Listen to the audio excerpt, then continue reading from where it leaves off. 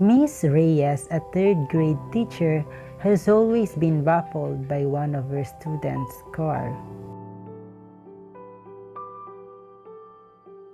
She has observed that Carl is very creative. He loves to draw and he is quite good at it. Hello everyone, my name is Carl. I am 9 years old and I am grade 3 and I live in Cotabato City, Philippines. I love to draw so much. Miss Reyes noted, however, that unlike his peers who can already read short stories for grade 3 and write paragraphs well, Carl is still struggling at the word level. Although he can create his own stories through oral narration, he can't seem to write them down without having spelling errors. He gets very frustrated in such tasks that when he needs to answer essay questions in a test, he just scribbles a word or two and stops trying altogether. Mrs. Reyes, together with the other subject teachers and the guidance counselor, discussed Carl's behavior and performance in terms of his strengths, needs, and strategies that have worked in the past.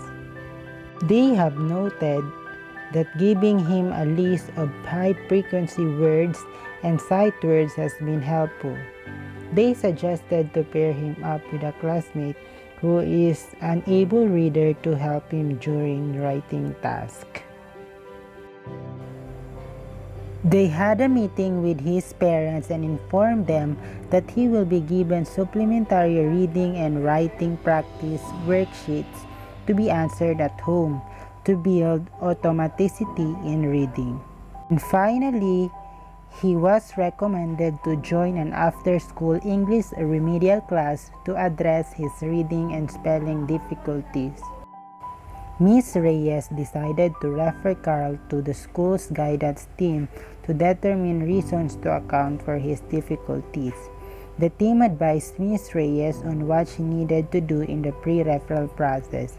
Miss Reyes collected his sample works across subject areas, reviewed his report cards from the previous grade levels, and had a sit-down meeting with the rest of his teachers.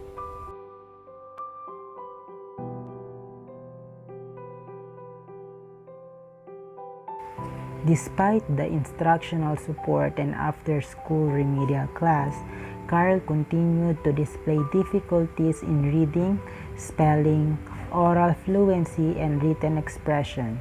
Because of such difficulties persisted, Miss Reyes and the team decided to refer him to a developmental pediatrician and a school psychologist to conduct a psychoeducational evaluation to determine the underlying reasons for Carl's literacy difficulties.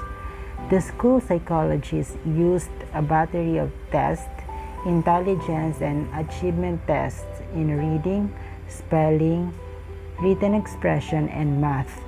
He also interviewed Carl, his parents, and his teachers to know about his interests, strengths, and view about himself, and gathered some of Carl's schoolwork.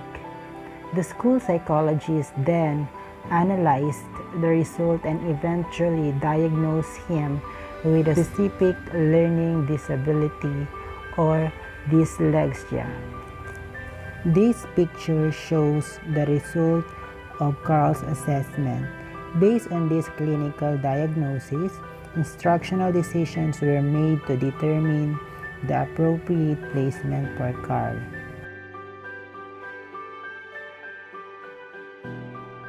Okay, so what do you think is the best placement for Carl? Well, that's for you to find out.